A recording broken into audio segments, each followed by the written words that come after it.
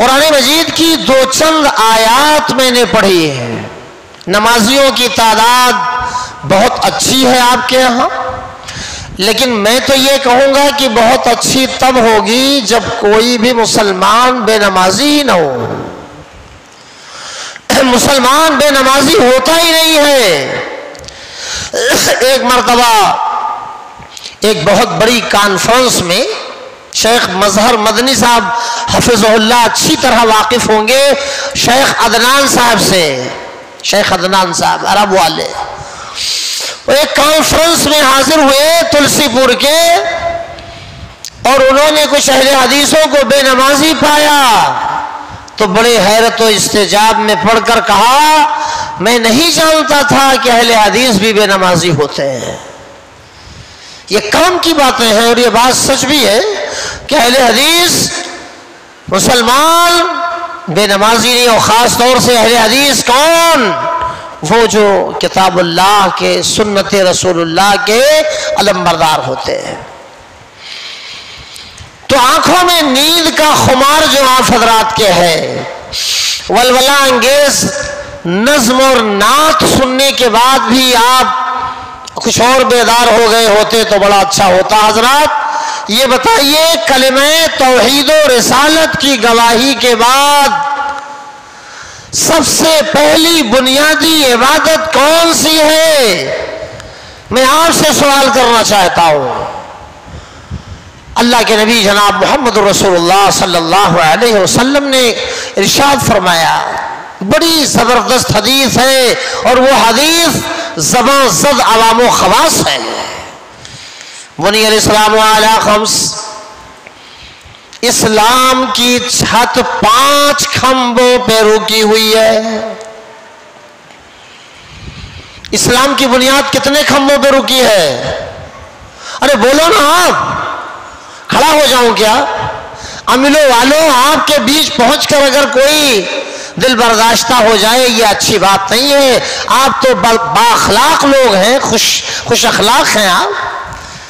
بنی الاسلام علی 5 شہادت ان لا الہ الا اللہ وان محمدا عبدہ ورسولہ. اسلام کی بنیاد 5 چیزوں پر قائم ہے. 5. اس بات کی گواہی دینا پہلی چیز کہ اللہ کے علاوہ کوئی عبادت کے لائق نہیں ہے، کہ ہے ذات واحد عبادت کے لائق، کہ ہے ذات واحد عبادت کے لائق، زبان اور دل کی شہادت کے لائق. لگاؤ تو لاؤ اپنی اس سے لگاؤ، جھکاؤ تو سر اس کے آگے جھکاؤ، اور اسی کے غضب سے ڈرو گر ڈرو تم، اسی کی صدا عشق کا دم بھرو تم. مبرہ ہے شرکت سے اس کی خدائی، نہیں اس کے آگے کسی کی بڑائی. لا الہ الا اللہ، اس بات کی گواہی دینا کہ اللہ ایک ہے، کوئی اور دوسرا معبود نہیں ہے. اس کی ذات و صفات میں کنچا برابر، رتی برابر، ذرہ برابر کوئی ساجھیدار نہیں، کوئی شریک دار نہیں، کوئی ہم پلہ نہیں، کوئی اس کا ہمسایہ، اس کا کوئی ہم سر و ہمتا نہیں. تو کس کلمہ توحید کی گواہی دینا، اللہ کی وحدانیت کی گواہی دینا. اور مان بات کیا فرمایا؟ وَأَنَّ مُحَمَّدًا عَبْدُهُ وَرَسُولُهُ. یہی میں رک جاتا ہوں. میں یہی رک جاتا، میں لاوارث نہیں ہوں. اللہ کا شکر ہے بہت مالا مال ہے یہ آج کا پروگرام اہل علم سے. یہ دیکھیے اکابرین علماء مدرسین علماء محققین ہمارے تشریف فرمائے، ان کے بیچ اس ناقص طالب علم کا غیر مربوط منتشر صحیح تقریر ان کا ہو رہا ہے، یہ خطاب ہو رہا ہے. تو سب سے پہلی بنیادی چیز یہ تو آپ آئے دن سنتے رہتے ہیں جس کے بغیر کوئی چارہ کار نہیں ہے، لیکن یہ بتاؤ سب سے پہلا بنیادی فریضہ، سب سے پہلی بنیادی ذمہ داری ہماری کیا ہے؟ یہ ہے کہ اس بات کی گواہی دے کہ اللہ کے علاوہ کوئی، ٹیک لگانے والوں بولو، کمر میں جن کے درد ہے کمر میں، اس دور میں آپ بزرگوں کو دیکھیں گے تو وہ سب بیٹھے ہوئے اپنے بل پہ رب کے فضل سے بیٹھے ہیں، لیکن کمروں میں درد اگر کسی کے ہے تو وہ کم عمر نوجوانان ہی ہوں گے، انہیں ٹیک کی زیادہ ضرورت ہے. تو ٹیک لگانے والوں بتاؤ آپ کہ دوسری بنیادی بات کیا ہے؟ وَأَنَّ مُحَمَّدًا عَبْدُهُ وَرَسُولُهُ، اور اس بات کی گواہی دینا کہ محمد صلی اللہ علیہ وسلم بخیل تو نہیں ہے. سامعین ہیں تو بڑے فیاض، 10 روپے کی 20 روپے کی نوٹ انعام کے طور پر پیش تو کیا تو لوگوں نے، تو بخیل تو نہیں ہے. نہیں، لیکن بخیل کون ہے؟ نبی کے فرمان کے مطابق وہ کہ نبی کا نام آنے پر درود نہ پڑھے، وہ بخیل ہے. من صلی علیہ واحدہ کی تفسیر بننی چاہیے ہمیں اور آپ کو. ایک مرتبہ جو مسلمان محسن انسانیت پیغمبر اعظم علیہ السلام پر درود پڑھتا ہے، پیش کرتا ہے، بھیجتا ہے، اس پر اللہ کی دست رحمت نازل ہوتی ہے. تو ٹیک لگانے والے جوانوں بولو، آپ پیغمبر صاحب کا نام آئے تو ہمیں کیا پڑھنا ہے؟ صلی اللہ علیہ وسلم. بہت زور سے نہ پڑھنا ورنہ بریلوی ہو جاؤ گے. کبھی کبھی آپ پڑھ دیں گے بریلوی، بھئی عجیب عجیب ذہن ہے. تو اللہ کی اور رسول اللہ کی یعنی توحید کی گواہی، رسالت کی گواہی دینا. اب تو بندہ کیا ہو گیا؟ مسلمان ہو گیا. یہی وجہ ہے کہ جب کسی غیر مسلم کو اسلام میں داخلہ لینا ہوتا ہے تو اسے پاک کیا جاتا ہے، نہلایا دھلا جاتا ہے. بھائی ہم احادیث میں کتاب الطہارہ کا تذکرہ آیا ہے، باب الطہارہ کا ذکر اسی بنیاد پر آیا ہوا ہے. کوئی کافر، مشرک، حسین، جمیل، بیوٹیفل کتنا بھی ہو، لکھ و دک ہو، سرخ برق لباس میں ملبوس ہو، وہ باوجود ہے کہ وہ کس قدر بھی غسل کر کے آیا ہے لیکن صحیح طور پر غسل نہ کیا گیا، پاک وہ نہیں ہوگا. پاک جب نہیں ہوگا تو ایمان کہاں سے لائے گا؟ اسلام قبول کیسے کرے گا؟ ذرا بتاؤ. تو اس کے لیے پاکی شرط ہے، ایمان کے لیے، اسلام کے لیے پاکی شرط ہے. تو اب بندہ پاک ہوتا ہے، پھر ایمان لاتا ہے. یہی کلمہ توحید کا اقرار کروایا جاتا ہے. آپ کو بھی یاد ہے یہ رسول پاک جناب محمد رسول اللہ صلی اللہ علیہ وسلم اللہ کے بندے اور اس کے رسول ہیں، بندے اور رسول ہیں. وَأَنَّ مُحَمَّدًا عَبْدُهُ وَرَسُولُهُ، اس کے بندے ہیں اور رسول ہیں اللہ رب العالمین کے. کون؟ محمد صلی اللہ علیہ وسلم. اب مسلمان ہو گیا آدمی، اب ایمان لے آیا، مال بعد اس کے وَإِقَامِ الصَّلَاةِ، ملتا ہے کیا نماز میں؟ سجدے میں جا کے دیکھ. ملتا ہے کیا نماز میں؟ سجدے میں جا کے دیکھ. توحید والے رب سے لو کو لگا کے دیکھ. دوسرے نمبر پہ بنیادی بات جو بتائی گئی اس تفصیلی حدیث میں وہ اقامت صلاۃ ہے، نماز کا قائم کرنا ہے، نماز کا قائم کرنا. تو نماز کا مرتبہ دوسرے نمبر پہ آیا. اور بغیر نماز کے کوئی چارہ کار نہیں ہے. اعمال کا معیار اور کسوٹی نماز ہے. اسی لیے پیارے نبی صلی اللہ علیہ وسلم نے مختلف مواقع پہ ارشاد فرمایا. کہیں فرمایا الصلاۃ الصلاۃ او ما ملکت ایمانکم. آپ نے کہیں تو ارشاد فرمایا قرۃ عینی فی الصلاۃ. اللہ پاک نے اسی لیے قرآن مجید میں ارشاد فرمایا ایک بڑی عظیم عبادت، سب سے بڑی عبادت. حدیث پاک میں آیا ما یکون العبد، بندہ سب سے زیادہ اللہ کے قریب کب ہوتا ہے. یہ حدیث میں وضاحت آئی، صراحت آئی. پیارے نبی نے ارشاد فرمایا بندہ اللہ سے سب سے زیادہ قریب تب ہوتا ہے وَهُوَ ساجد، جب وہ سجدے میں ہوتا ہے. اور سجدہ کیا کس میں جاتا؟ نماز میں کیا جاتا ہے. میرے بھائیوں، اس موضوع کا انتخاب میں نے کیوں کیا؟ اس وقت مسلمانوں کے لیے یا کسی وقت سب سے بنیادی ضرورت جس چیز کی ہے وہ عملی دعوت کی ضرورت ہے. ہم اور آپ، ہمارے اور آپ کے لیے اگر کوئی چیز ہمارا ہتھیار بن جائے، اگر کوئی چیز ہمارے لیے فوز و فلاح کا ضامن ہو جائے، اگر کوئی چیز ہمارے آپ کے لیے کامیابی کا سبب بن جائے تو بلا شبہ وہ نماز ہے. میرے بزرگوں اور میرے بھائیوں، کہ بے نمازی کا انجام بڑا خطرناک ہے اور نماز کا مقام و مرتبہ بڑا بلند و بالا ہے، اعلیٰ ہے اور عرفہ ہے. نمازیوں، یہی وجہ ہے کہ نماز کے مرتبے کو اجاگر کرتے ہوئے امام الانبیاء جناب محمد الرسول اللہ صلی اللہ علیہ وسلم نے ارشاد فرمایا الصلاۃ، نماز.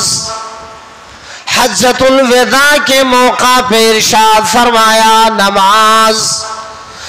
اے میرے صحابہ کرام، الصلاۃ الصلاۃ، نماز کو لازم پکڑ لو، نماز کو حرص سے جہاں بنا لو.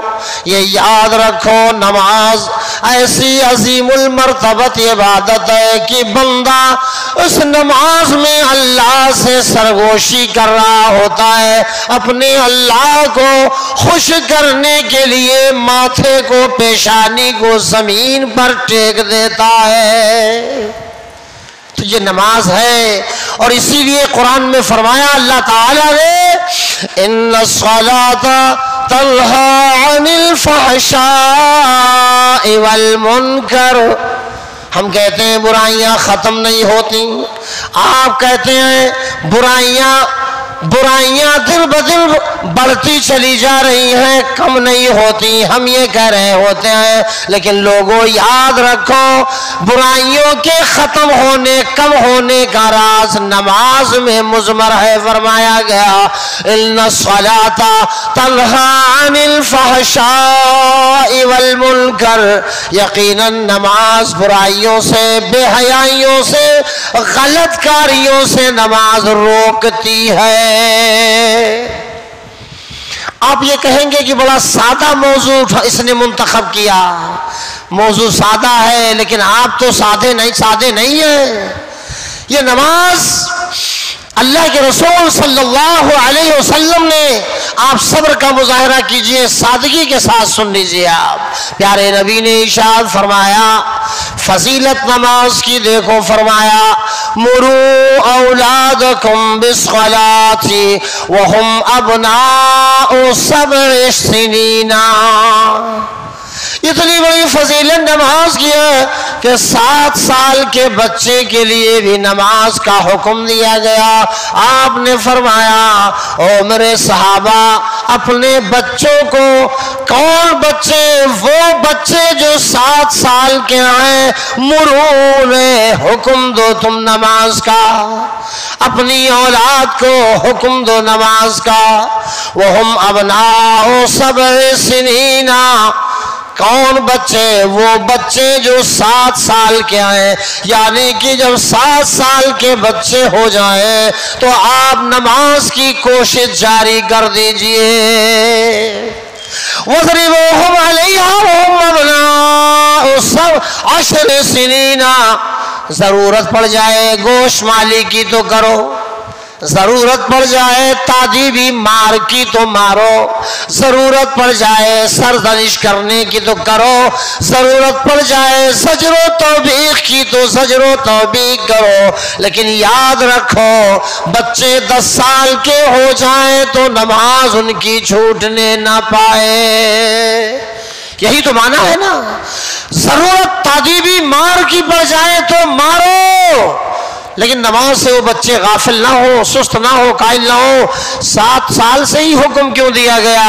اس لیے دیا گیا کہ کم عمری کا عالم ہے، بچے ابھی بے شعور ہیں، ابھی کم سمجھ ہے، عادت ڈال دی جائے گی جب دھیرے دھیرے نماز کی تو بچے دھیرے دھیرے 2 سالوں میں ہیبٹ پڑ جائے گی ان کی نماز، اس کے طریقوں کی، کتنے فرائض، کتنی سنتیں، جی کیسے رکوع، کیسے سجدہ، کیسے قیام، کیسے قعود، یہ بچے ایکٹیو ہو جائیں گے بچے، تب اس سلسلے میں اچھی معلومات بچوں کو ہو جائے گی، غرضے کہ وہ 10 سال کے ہو جائیں گے تب سچے پکے اچھے نمازی بن جائیں گے، اور جب نمازی بن جائیں گے تو وہ 13 اور 14 سالہ جوان معاذ اور معوذ کی رول ادا کرنے پر بھی آمادہ ہو سکتے ہیں۔ لوگوں اسی لیے پیارے نبی جناب محمد رسول اللہ صلی اللہ علیہ وسلم نے نماز کی تلقین کی ہے۔ قرآن مجید میں بہت تیرے مقامات پر نماز کا ذکر آیا، کہیں تو اللہ پاک نے فرمایا الذین یقیمون الصلاة ومما رزقناہم ينفقون، کہیں تو اللہ پاک نے فرمایا ان الصلاة كانت على المؤمنین کتابا موقوتا، مقررہ وقت کے ساتھ، معین وقت کے ساتھ مومنین پر نماز کو فرض قرار دیا گیا ہے۔ اچھا سامعین حضرات، یہ بتائیے کہ یہ عبادت، اسی حفاظت عبادت سے غفلت کے نتیجے میں تو آج ہم چور چور ہیں، آج ہم تار تار ہیں، یہ نماز ہی تو ہے کہ دور ہو گئے اس سے ہم۔ آپ دیکھیے بہت بڑی بستی ہوتی، بڑا شکر ہے اللہ کا آپ کے ہاتھوں، لیکن سینکڑوں گھروں پر مشتمل کوئی گاؤں، ایک صف نمازی، آدھی صف نمازی، کیا وجہ ہے کہ اس سے دور ہیں ہم؟ کیا وجہ ہے کہ اس سے غافل ہیں ہم؟ اللہ کا خوف دل میں جاگوزی نہیں ہے، ورنہ میرے بزرگوں، میرے بھائیوں، اس سے دوری ہماری اور آپ کی نہ ہوتی، قربت ہوتی۔ عزیزان گرامی، نوجوانان ملت، چکنی چپڑی سنانے کی عادت علماء اہل حدیث کی نہیں ہوتی۔ یہ یاد رکھیں کہ ہم میں سے جو بے نمازی ہو، ابھی ہمارے پیشرو خطیب محترم نے ارشاد فرمایا، 2 ہدایات کرتے ہوئے ایک ہدایت نماز کی بھی کی، نماز نہ چھوڑنا، نماز سے غافل نہ ہونا، اس لیے کہ ایک موقع پہ اللہ کے نبی نے ارشاد فرمایا، قرآن شاہد ہے، آج بھی قرآن شاہد ہے، اللہ نے ارشاد فرمایا اعوذ باللہ من الشیطان الرجیم فویل للمصلین الذین هم عن صلاتهم ساہون۔ پوری ایمانداری کے ساتھ، پوری سچائی کے ساتھ، پورے ولولے اور حوصلے کے ساتھ نماز ہم نہیں پڑھتے ہیں، نہیں ادا کرتے نماز۔ یہی وجہ ہے کہ جو روح، جو غذا، روحانی غذا جو ملنی چاہیے تھی ہمیں، وہ نہیں مل پا رہی ہے۔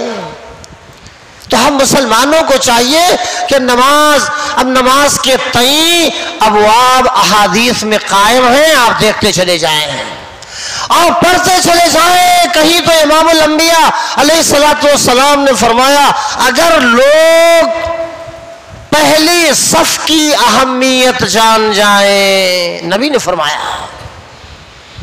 تو دوسری صف والوں ذرا غور کرو آپ، اگر لوگ پہلی صف کی اہمیت جان جائیں تو آنے میں ذرہ برابر لاپرواہی نہ کریں، تکبیر اولیٰ کی اہمیت جان جائیں، پہلی صف میں حاضری کی اہمیت جان جائیں، لوگ اپنے مقعد کے بل، سرین کے بل اپنے کو گھسیٹ کر لائیں گے، لیکن لائیں گے اور پہلی صف میں شامل کریں گے۔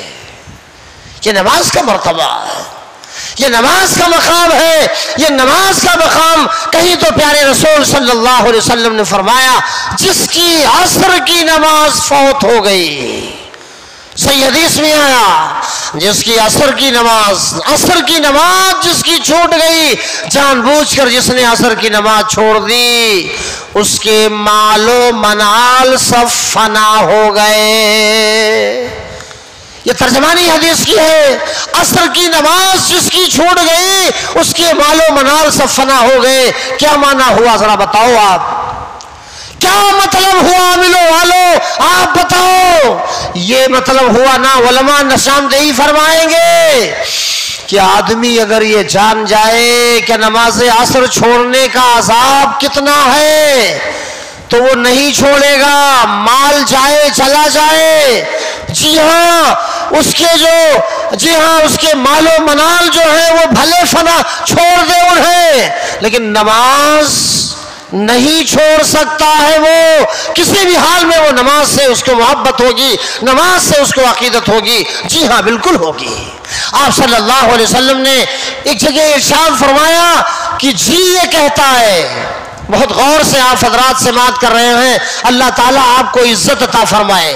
اپنے آپ کو ایک بات حدیث کی، قرآن کی سن کر اپنے کو بدلیے، آپ مومن ہے نا، پختہ مومن بنائیے، متحرک مومن بنائیے، فعال مومن بنائیے آپ اپنے آپ کو، جی اللہ تعالیٰ اجر عطا فرمائیں گے۔ تو نماز آپ صلی اللہ علیہ وسلم نے ارشاد فرمایا آپ نے جی یہ کہتا ہے مصلی پہ کسی کو امامت کے لیے متعین کر دو، جی کہتا ہے کسی کو امام بنا دو اپنی جگہ پر، اور کچھ صحابہ کو بھیج دو جائیں یا نماز پڑھائیں، امامت کے لیے کسی کو متعین کر دو اور کچھ صحابہ کو ساتھ لے کے میں چلا جاؤں، ان کے گھروں پہ چلا جاؤں جو نماز میں لاپرواہی کرتے ہیں، جو نماز میں سستی اور غفلت برتتے ہیں، میں ان کے گھروں کو جاؤں، کس لیے جاؤں اور غافل کاہل نمازیوں کے گھروں کو میں آگ لگا دوں۔ یہ اللہ کے نبی نے ارشاد فرمایا صلی اللہ علیہ وسلم۔ نماز نہ پڑھنے والوں کے گھروں کو نہیں کہا، جو نماز پڑھتے ہیں مگر سست ہیں، کاہل ہیں، طبیعت میں آیا پڑھ لی نماز ظہر کی، نہیں آیا ظہر کی نماز عصر میں، عصر کی مغرب میں، مغرب کی عشاء میں، یہ لاپرواہی سستی بیٹھے ہوئے کسی بھی محفل و مجلس میں ہیں، موقع ہوتے ہوئے بھی نہیں اٹھ رہے ہیں، نہیں جا رہے ہیں، نہ جماعت کی فکر ہے، نہ جماعت کی فکر ہے، نہ سنت کی فکر ہے، نہ نفل کی فکر ہے، نہ فرض کی فکر ہے، من میں آیا پڑھ لیے نہیں پڑھ لیے۔ اللہ کے نبی نے مذمت فرمائی اور غضب کا اظہار کیا اس انداز سے کہ ان کے گھروں کو آگ لگا دو۔ تو لوگوں بتاؤ، آپ تو کاہل نہیں ہیں نماز میں نا، اللہ کے نبی کی وعید آپ صلی اللہ علیہ وسلم، اسی لیے صحابہ کرام نماز میں بہت چاق و چوبند رہا کرتے تھے۔ حضرت انس رضی اللہ تعالی عنہ بیان فرماتے ہیں، صحیح بخاری کی غالباً روایت ہے، انس رضی اللہ تعالی عنہ بیان فرماتے ہیں کہ ایک مرتبہ کا تذکرہ ہے، ہم پیارے نبی علیہ السلام کے ساتھ ایک جنگ میں تھے اور ہوا یہ کہ رات میں لڑائی جاری رہی، فجر کا وقت بھی ہو گیا، جنگ جاری رہی، اور اسی انہماک میں، اسی مصروفیت کی وجہ سے دشمنان اسلام سے نبرد آزما ہے صحابہ کرام. انس کا بیان ہے صحابی رسول کا رضی اللہ تعالیٰ عنہ.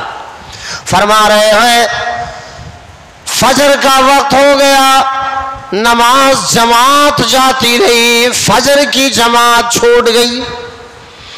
صحابی رسول خادم رسول بیان فرماتے ہیں کہ نبی کریم جناب محمد رسول اللہ صلی اللہ علیہ وسلم آپ کے صحابہ انس انہی میں سے حضرت انس فرما رہے ہیں آپ کی فجر کی نماز چھوٹ گئی, جماعت چھوٹ گئی.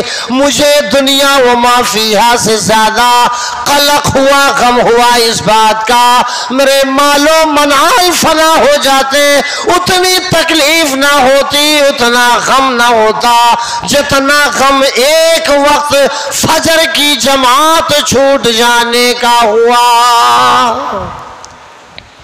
اسی لیے علامہ اقبال رحمت اللہ علیہ نے کہا تھا, کلیات میں آج بھی ہے, ترجمانی کر رہا ہے حدیث کی, وہ شعر یا وہ اشعار کر رہے ہیں. آ گیا ہے لڑائی میں اگر وقت نماز, آ گیا ہے لڑائی میں اگر وقت نماز, قبلہ روح کے زمیں بو سوئی قوم حجاز.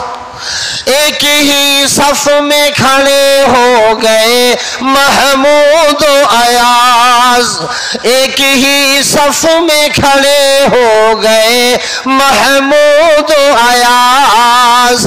نہ کوئی بندہ رہا اور نہ کوئی بندہ نواز, بندہ وہ صاحب محتاج و غنی ایک ہوئے, اور تیرے دربار میں پہنچے تو سبھی ایک ہوئے.